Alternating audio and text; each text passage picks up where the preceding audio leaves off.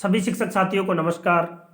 आप सबको विदित है कि दीक्षा ऐप पर अभी निष्ठा नाम से एक ट्रेनिंग चल रही है। उसका अभी 1 दिसंबर से चौथा चरण चल रहा है। तो उस चौथे चरण में मॉड्यूल नंबर 11, इसका नाम है भाषा शिक्षण शास्त्र। तो इस भाषा शिक्षण शास्त्र में आज हम हिंदी भाषा के बारे में जो ट्रेनिंग के अंतर्गत जो प्रश्न दिए गए हैं उनके उत्तरों को देखेंगे। तो देखते हैं इनके प्रश्नों को और उनके उत्तर। पहला प्रश्न है, निम्नलिखित में से कौन सा पढ़ने के समय करने का कार्य है?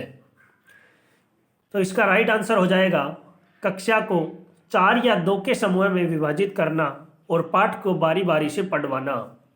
शिक्षक बच्चों को समझ के साथ पाठ को डिकोड या व्याख्या करने को कहना।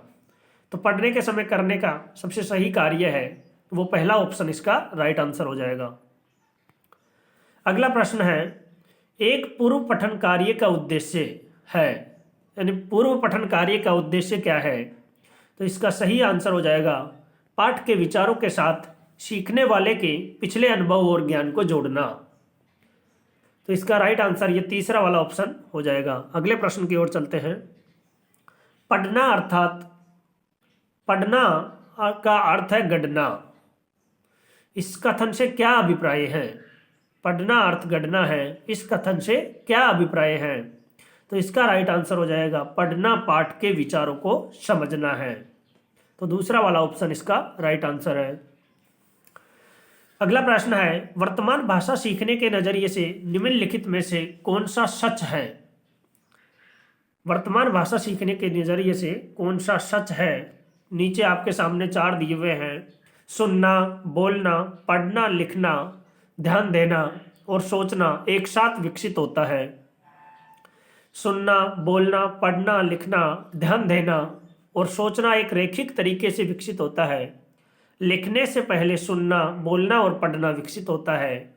लेखन एक भाषा सीखने में शिक्षार्थियों द्वारा विकसित किया जाने वाला अंतिम कौशल है।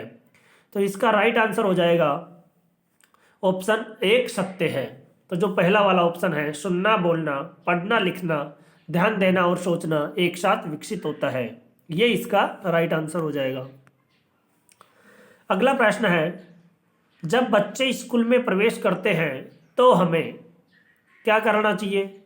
तो मौखिक कारण साधनों के माध्यम से भाषा के साथ परिचित कराना है।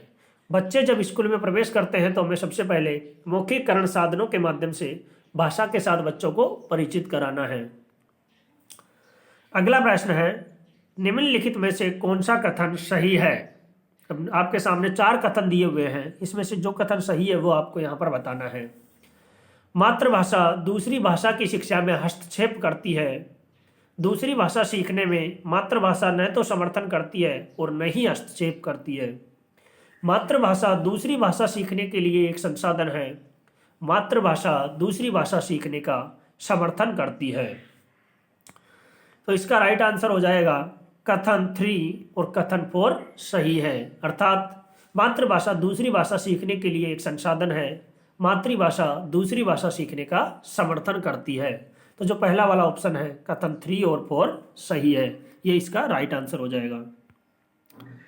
अगला प्रश्न है, बच्चे या मानव सीखता है? क्या सीखता है? बिना किसी प्रयास के विदेशी भाषा, स्कूल में केवल मातृभाषा, काफी प्रयास के बिना मातृभाषा या बहुत प्रयास से मातृभाषा। तो इसका राइट आंसर हो जाएगा काफी प्रयास के बिना मातृभाषा, क्योंकि किसी को भी अपनी मातृभाषा सीखने के लिए ज्यादा प्रयास करने की आवश्यकता नहीं होती है।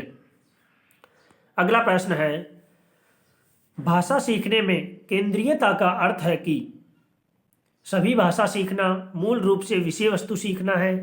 भाषा शिक्षण का केंद्रीय उद्देश्य केवल विषय वस्तु पर केंद्रित है।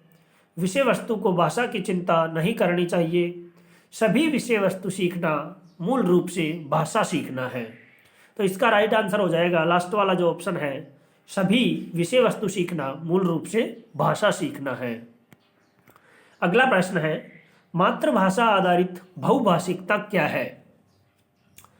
तो ऑप्शन है, स्कूल में सभी बच्चे केवल एक ही भाषा और अंग्रेजी सीखते हैं। सभी बच्चे अपनी मातृभाषा में स्कूली शिक्षा शुरू करते हैं और कई भाषाओं को जोड़ते हुए आगे बढ़ते हैं। सभी बच्चे राज्य भाषा के माध्यम से सीखते हैं। सभी बच्चे सीखने के प्रारंभिक वर्षों के दौरान अधिक से अधिक भाषाएं सीखते हैं। तो इसका राइट आंसर हो जाएगा सभी बच्चे अपनी मातृभाषा में स्कूली शिक्षा शुरू करते हैं और कई भाषाओं को जोड़ते हुए आगे बढ़ते हैं। यानी सबसे पहले बच्चे अपनी मातृभाषा में ही स्कूल की शिक्षा शुरू करते हैं और उसके बाद में अनेक भाषाओं को जोड़ते हुए वो आगे बढ़ते रहते हैं।